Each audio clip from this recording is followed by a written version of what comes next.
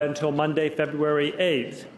Accordingly, first up, House Bill 4, a bill to provide for the submission to the voters of a proposed amendment to the Constitution of Virginia, adding to Article 1 a section numbered 11A relating to the right to work. Report from the Committee on Privileges and Elections. The gentleman from Stanton, Mr. Bell. Thank you, Mr. Speaker. Mr. Speaker, ladies and gentlemen of the House, House Bill 4 provides for a referendum at the November 8, 2016 election to approve or reject the Right to Work Amendment to the Constitution. Section 30-19.9 Code of Virginia requires the Department of Elections to run advertisements in state newspapers and prepare posters and pamphlets providing public notice about constitutional amendments. I move to engross the bill, pass it to its third reading. Gentleman from Charlottesville, Mr. Toscano. Thank you, Mr. Speaker. Will the gentleman yield for a question? Gentleman yield. Yes, I yield. Gentleman yields. Thank you, Mr. Speaker. I'd ask the gentleman, I'm trying to really understand the pressing need for this constitutional amendment. We've had right to work in the Virginia Code since 1947.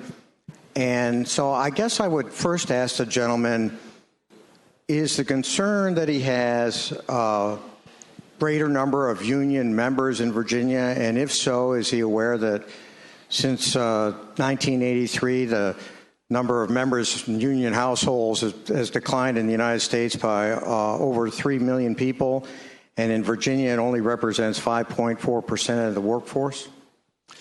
Mr. Speaker, I would say to the gentleman, I'm really not aware of a pressing need, and I'm really not concerned with the size of the union membership. What I'm concerned with is enshrining a piece of legislation that has worked very well in Virginia for almost 70 years, making it a permanent part of the Virginia Constitution so that we don't have to worry about a challenge.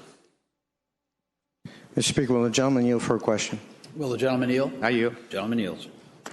I'd ask the gentleman, in light of his worry about a challenge, can he point to any time that this right-to-work statute has been challenged in the sense that legislation has been offered to overturn it or repeal it? Mr. Speaker, I would say to the gentleman that since it's Groundhog Day, that question is appropriate because it's been asked every year that I've carried this legislation, and it keeps coming back, and we keep answering the same question. So I'm not aware of a challenge, a serious challenge, and once again, that's not the point of this legislation. The right to work, just like the right to life, liberty, and the pursuit of happiness, is fundamental, and it deserves constitutional protection. Mr. Speaker, speak to the bill. Gentleman has the floor. Thank you, Mr. Speaker. Ladies and gentlemen of the House, you know, maybe it is like Groundhog Day, but for the life of me, I can't understand the rationale for why this bill is here. You know, this is the Constitution we're messing with here. And yeah, we have a lot of statutes in the Virginia Code that are really good statutes and been there for a long, long time.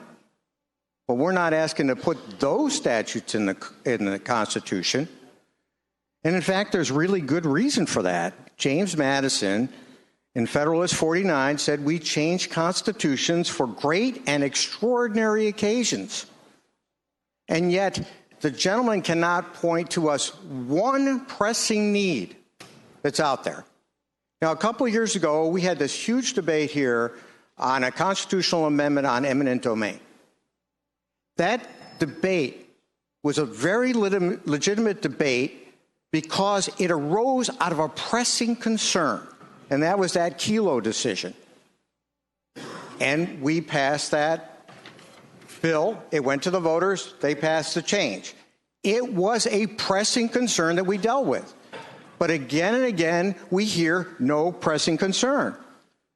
The number of labor union members has been declining nationwide. And in Virginia, it's only 5.4% of the population. Has there been any study that the gentleman can allude to that points out that there's some kind of wage inflation that's being brought on by too many labor members in the Commonwealth of Virginia? Or lower business profits? Has he cited any business who's rejected coming to Virginia because our labor policy is too liberal? Has he cited any strikes or any union activity that has affected the Commonwealth in any major way? Can he point to any fundamental challenges to right to work since 1947? 1947. You do the math. It's a long time. Or any Virginia court case that is now pending that would challenge the right to work statute in Virginia. Ladies and gentlemen, there is no evidence of a pressing concern. There is no problem to solve except politically. And we don't change our Constitution willy-nilly in this Commonwealth. Ladies and gentlemen, I hope you will say, hands off my Constitution and vote no on this bill. Mr. Speaker, speaking to the bill. Mr. Speaker, I would say to the gentleman and anyone else who seems to share his ideas and points of view, there are two ways to look at this. If it is your preference to wait until there is a pressing need and to wait until an emergency exists, that's fine. On the other hand, if you choose to be proactive and have safeguards in place so that those needs never arise, then you would be standing with me on right to work. It should be noted that the right to work amendment, the right to work statute that we have now, does not prevent anyone from joining a union, should they choose. It allows unions in Virginia to bargain collectively. None of those things are changed by a constitutional amendment to the Constitution. The only thing that changes is that we have permanent protection for our workers. Thank you, Mr. Speaker. Gentleman from Manassas, Mr. Miller. Mr. Speaker, speaking to the bill. Gentleman has the floor. Mr. Speaker, I heard from the other side a bunch of questions about if there were any statistics citing this or that or any legal cases facing the Commonwealth of Virginia and our right to work statutes. Mr. Speaker, I'd just like to double up on the gentleman from Stanton, Delegate Bell's comments. I'd say no, there are no legal cases pending right now. But I'll tell you, the immediate past Attorney General of the Commonwealth of Virginia was known widely for putting politics into an office that really shouldn't be involved in politics. And he was replaced by an attorney general who's doing the same thing except on steroids. Mr. Speaker, we have the current attorney general that, quite frankly, doesn't like to defend Virginia's law. In fact, Mr. Speaker, he did an amicus brief for the Fredericks versus California case, and when a group of teachers in California wanted to not be involved in their union, we have an attorney general that sided with them. A California case. Now he knows. We've seen an attorney general who doesn't care what our law says on marriage. We see an attorney general currently who doesn't really, believe what our gun laws state. I could see our current attorney general doing whatever he could and using any means possible to go after our right to work statutes, Mr. Speaker. So I would encourage this body to vote for this fantastic amendment that Delegate Bell has put before us today. Speaker, will the gentleman resume the floor for a question? Will the gentleman yield? Gentleman Hines yield.